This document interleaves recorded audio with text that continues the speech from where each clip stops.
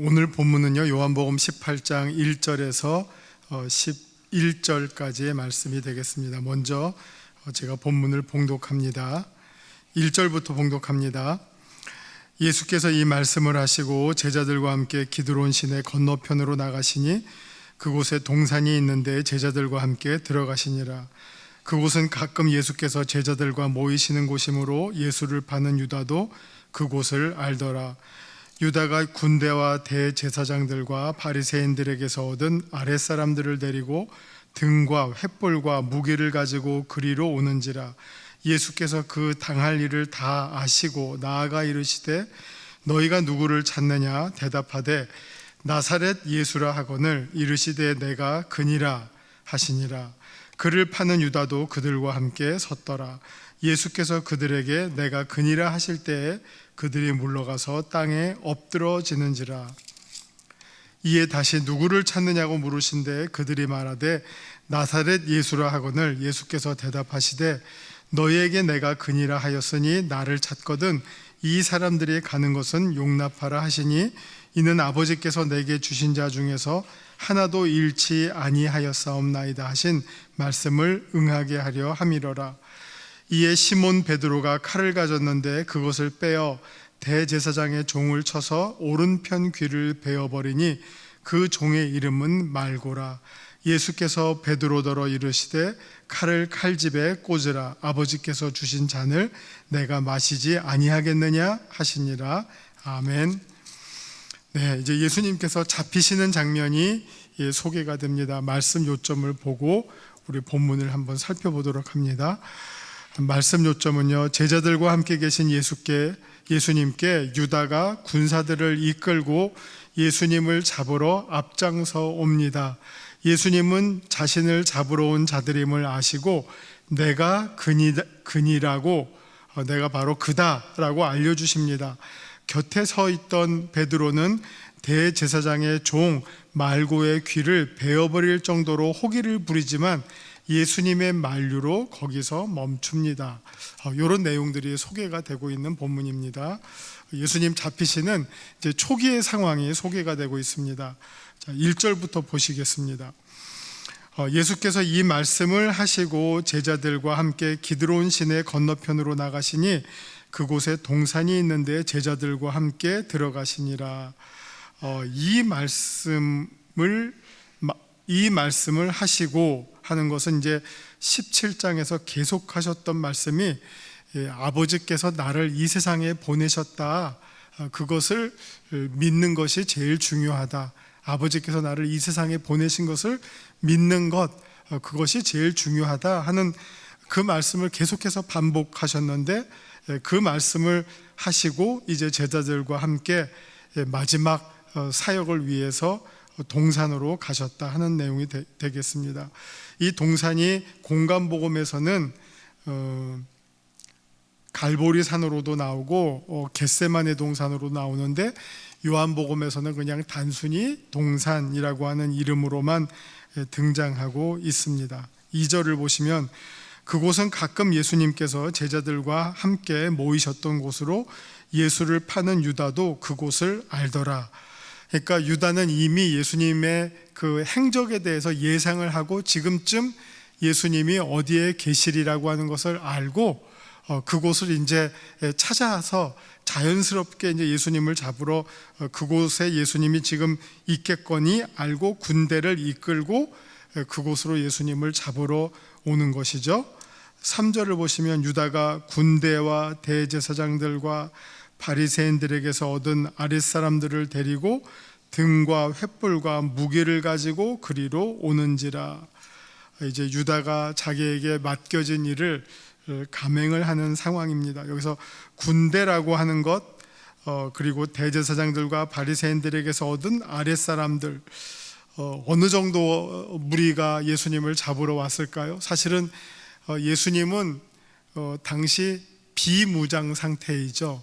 그죠? 예수님이 뭐 무기를 가지고 있는 것도 아니고 또 예수님을 따랐던 예수님의 제자들 이 당시는 지금 끼케야 지금 12명 남짓 되는 소수의 무리들인데 예수님을 잡으러 오는 여기에 군대라고 하는 거 그냥 우리나라 말에 그냥 군대라고 했기 때문에 그 수를 알 수가 없지만 여기 원어를 보면 스페이라라고 해서 이 병력이 600명이 지금 투입이 되는 상황이에요.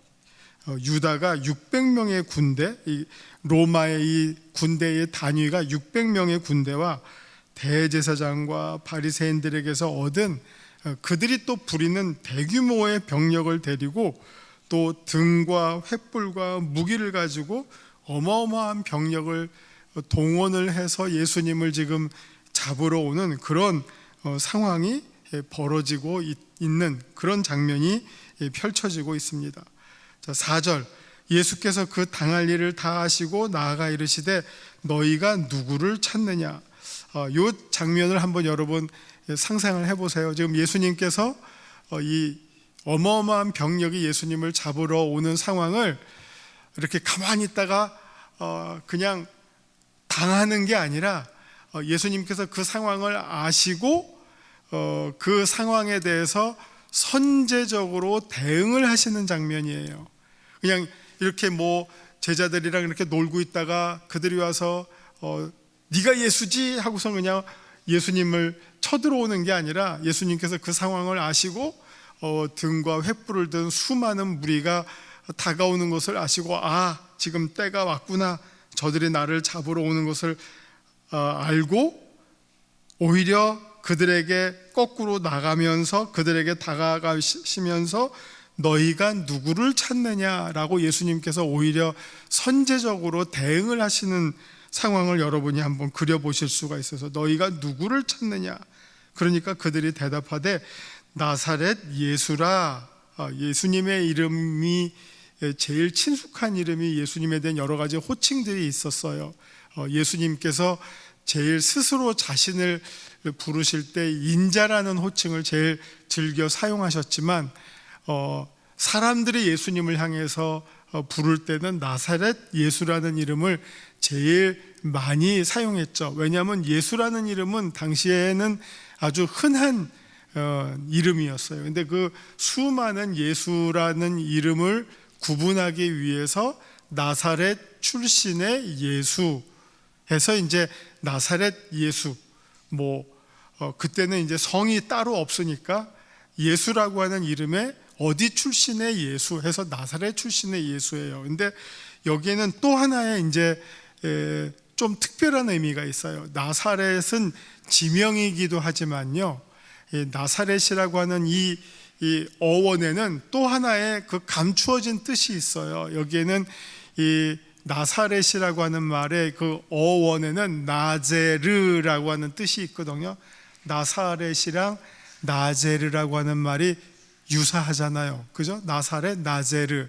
근데 나제르라고 하는 말은 무엇과 관련이 있냐면은 그 이사야서 11장은 이거 메시아에 대한 아주 유명한 예언이잖아요. 이사야서 11장 이새의 가지에서 한 싹이 나고 이 이사야서 11장 이새의 줄기에서 한 싹이 나고 그 뿌리에서 한 가지가 나고 결실할 것이요. 이게 이제 메시아의 오심에 대한 예언에 대한 내용인데 이때 이 줄기, 이새의 줄기라고 하는 말이 나제르예요. 나제르. 그래서 이게 예수님이 예루살렘에 입성할 때 종려 가지로 예수님을 환영하는데 그 종려 가지는 또 그 황제의 입장 더하기 메시아의 오심에 대한 이스라엘의 환영의 의미가 있었거든요. 그래서 이 나사렛 예수라고 하는 이름에는 그냥 단순하게 나사렛 출신의 예수 더하기 지금 이사야서 11장에서 말씀하고 있는 메시아로 오시는 예수라고 하는 이런 또 하나의 중의적인 의미가 담겨져 있는 그런 나사렛 예수라고 하는 이름이 담고 있는 그런 중의적인 의미가 있다고 하는 것입니다. 그래서 여기 대답하되 나사렛 예수라. 예수님께서 그렇게 대답을 하셨어요. 이르시되 내가 그니라 라고 예수님이 대답하십니다. 내가 그니라라고 하는 것은 이것도 그냥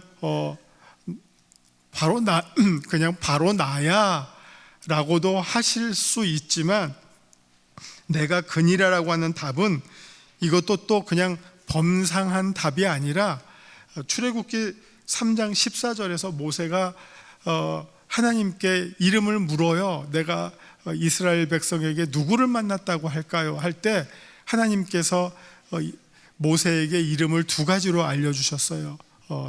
나는 너희 조상의 하나님, 아브라함과 이삭과 야곱의 하나님이다. 그리고 또 하나는 나는, 우리 한글 성경에는 나는 스스로 있는 자다라고 말씀하셨지만 그 말을 직역하면 나는 나다예요. 나는 나다. I am that I am. 나는 나다. 이 말은 지금 여기 신약으로 말하면 내가 바로 그다라는 말이에요. 그러니까 이 내가 그다라고 하는 이 답은, 이 이름은 아무나 쓸 수 있는 말이 아니라 하나님만 쓸 수 있는 답이에요.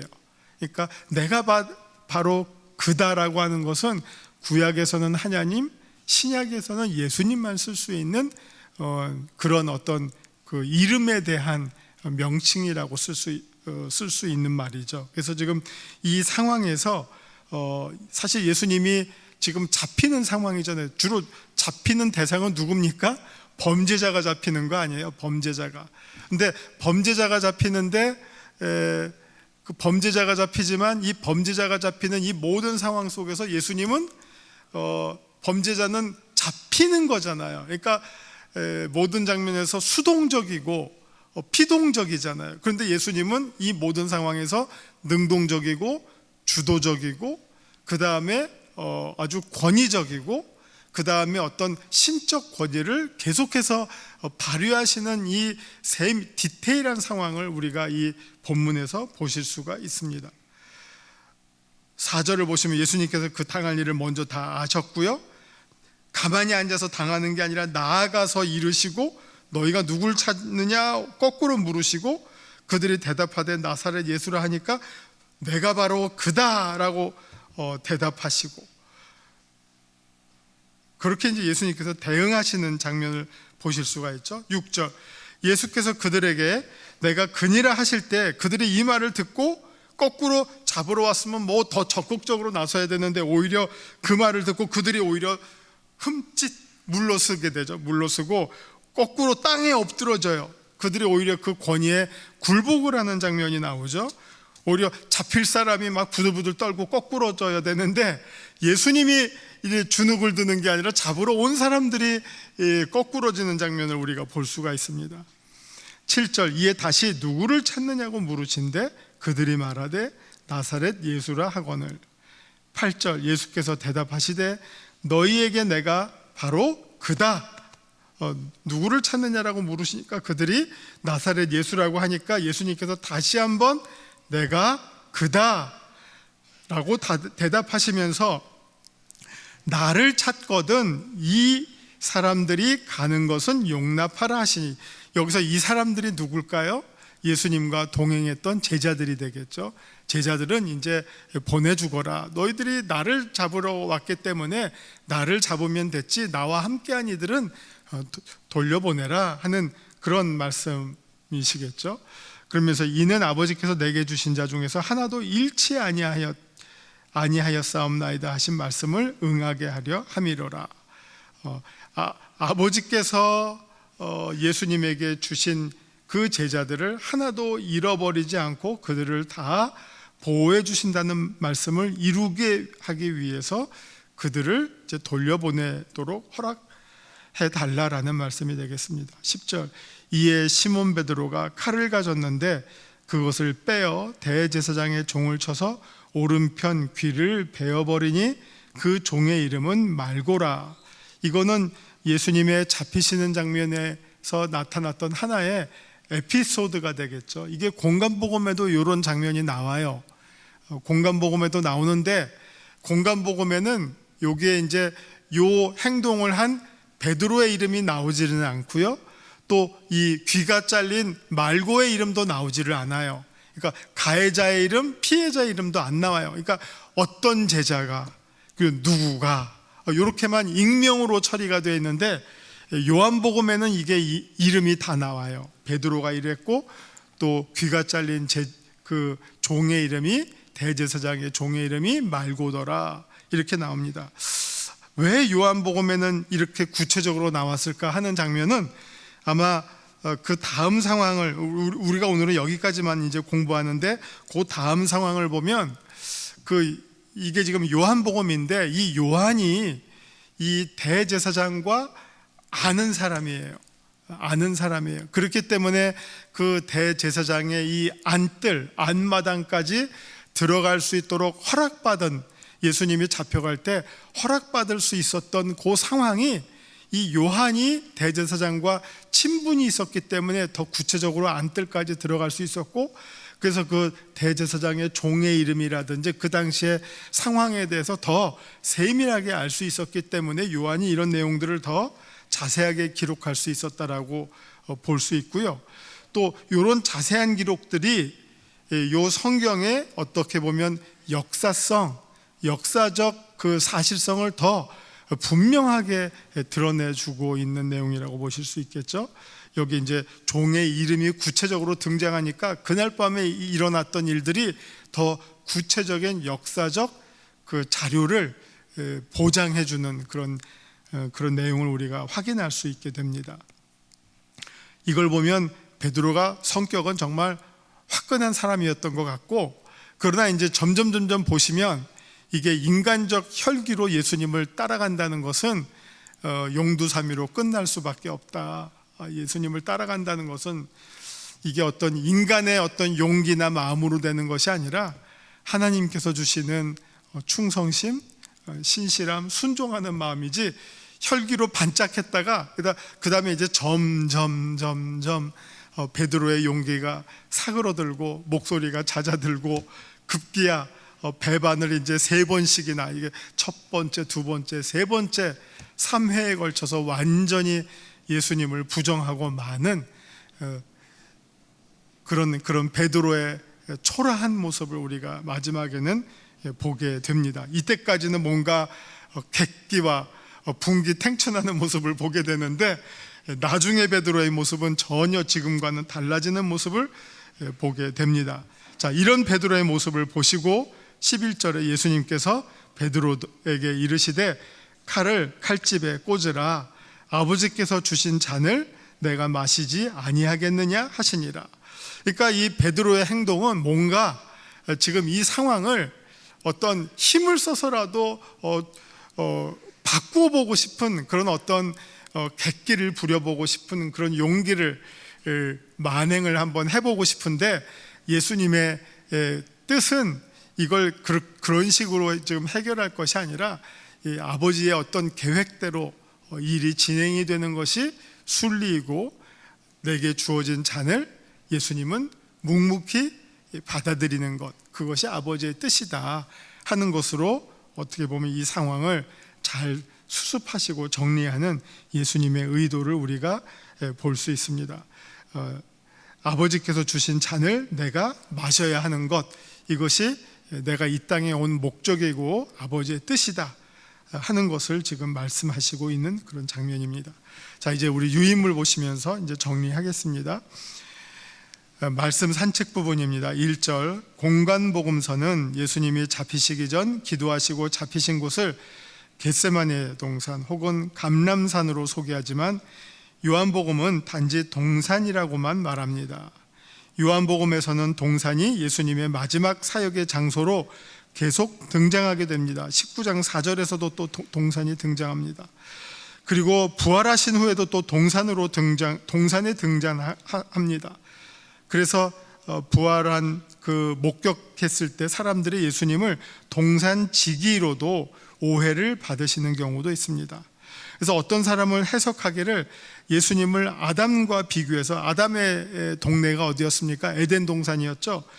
첫 번째 아담의 주거지가 에덴 동산이었다면 두 번째 아담의 주거지가 바로 여기에 나오는 동산이 아니었느냐, 이런 어떤 의도를 가지고 동산으로 대비시키는 것 아닌가, 그런 의도로 예수님을 소개하고 있다고도 보고 있습니다. 2절과 3절을 보시면 유다의 배신이 등장합니다. 공간복음에서는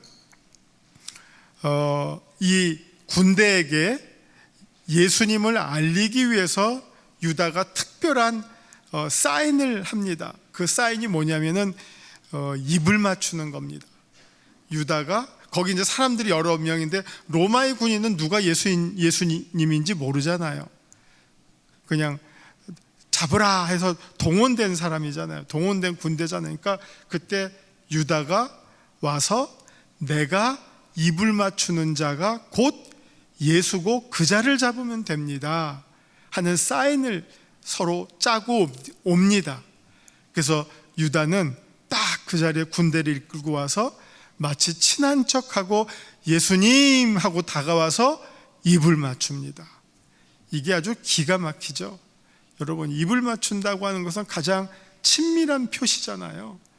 근데 그 친밀한 표시로 입을 맞추지만 그 입 맞춤의 의도는 뭡니까? 저자를 잡으십시오. 저자가 내가 잡을 자입니다 하는 정반대의 뜻을 가지고 있잖아요. 그래서 보네퍼라고 하는 신학자는 뭐라고 하냐면, 예수님은 유다 이후로 지금까지 언제나 자기에게 입 맞추는 자에 의해서 배반당해 왔다, 그런 말을 했어요.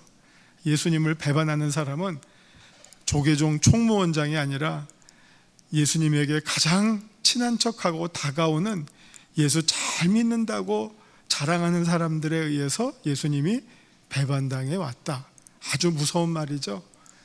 예수 잘 믿는 사람들이 거꾸로 예수님을 배반하고 욕보이고 예수님의 이름을 먹칠하는 사람들이지, 예수님께 무관한 사람들이 예수님을 욕보이지 않는다는 거예요. 이게 정말 우리들이 정말 뼈 때리면서 반성해야 할 그럴 말씀입니다.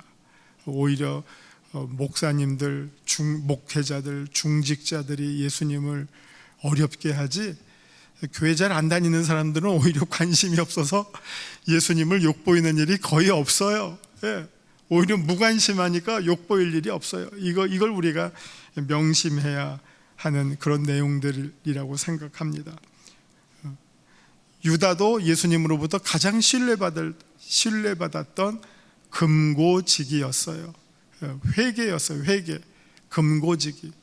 그런 유다가 예수님을 배반했다라고 하는 사실을 우리가 꼭 명심해야 합니다. 자, 그 다음에요.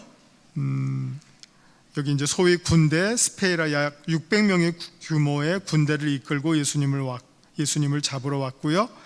특이한 사실은 그들이 등과 횃불을 들고 왔다는 것이고, 세상의 빛으로 오신 예수님을 잡기 위해 세상의 빛으로 무장하고 찾아온 군대가 대조적으로 보입니다. 4절에 자신을 잡으러 군대가 오는 것을 먼저 보시고 예수님은 마치 마중 나가시는 것처럼 먼저 그들에게 나아가십니다. 이것은 예수님의 체포의 과정에서 예수님이 수동적으로 당하시는 것이 아니라 그 과정 속에서 능동적으로 주도적으로 행동하심을 보여주십니다. 5절, 예수님은 미리 다 아시지만 그들에게 누구를 찾느냐고 물으십니다. 그들이 나사렛 예수라고 하자 내가 그다 라고 말씀하십니다. 6절, 예수님께서 내가 그니라 라고 하실 때 잡으러 온 자들이 땅에 엎드려졌다라고 말합니다. 아마도 예수님의 권위에 놀라고 주도권을 빼앗긴 것에 대한 수동적 반응처럼 보입니다. 7절, 예수님은 그들의 정신이 혼미한 것을 보시고 일부러 다시금 물으십니다. 누구를 찾느냐? 나사렛 예수라는 답을 들으시고 다시금 내가 그니라 라고 답하십니다. 그러시면서 그들의 관심이 예수님인 고로 옆에 있던 제자들을 그냥 보내줄 것을 당부하십니다. 그리고 그렇게 행동하신 이유가 앞선 말씀들 6장 39절, 10장 28절, 17장 12절을 성취하시기 위함이면서 동시에 제자들을 아끼시는 선생님의 스승의 마음을 보여주십니다. 10절에 베드로가 귀를 벤 종의 신분이 소개가 됩니다.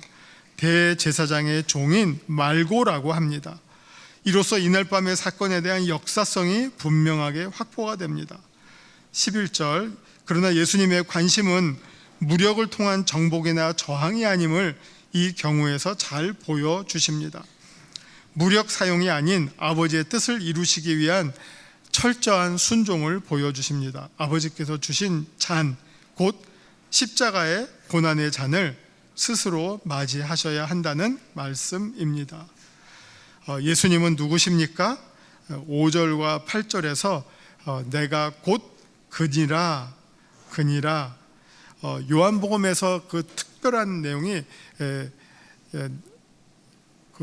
에고 에임이라고 해서 나는 뭐다라고 하는 그 한 7번 정도 있잖아요. 나는 양의 문이다, 나는 선한 목자다 하는 이건 7번, 이것도 똑같은 연장선상입니다. 나는 곧 뭐다라고 하는 것. 구약에서 하나님의 이름을 묻는 모세에게 나는 나다라고 대답하신 하나님처럼 예수님은 내가 곧 그다, 내가 곧 그다라는 말은 내가 곧 참 사람이고 참 하나님이다 라는 말씀으로 받아들여집니다. 내게 주시는 교훈은 무슨 말씀일까요?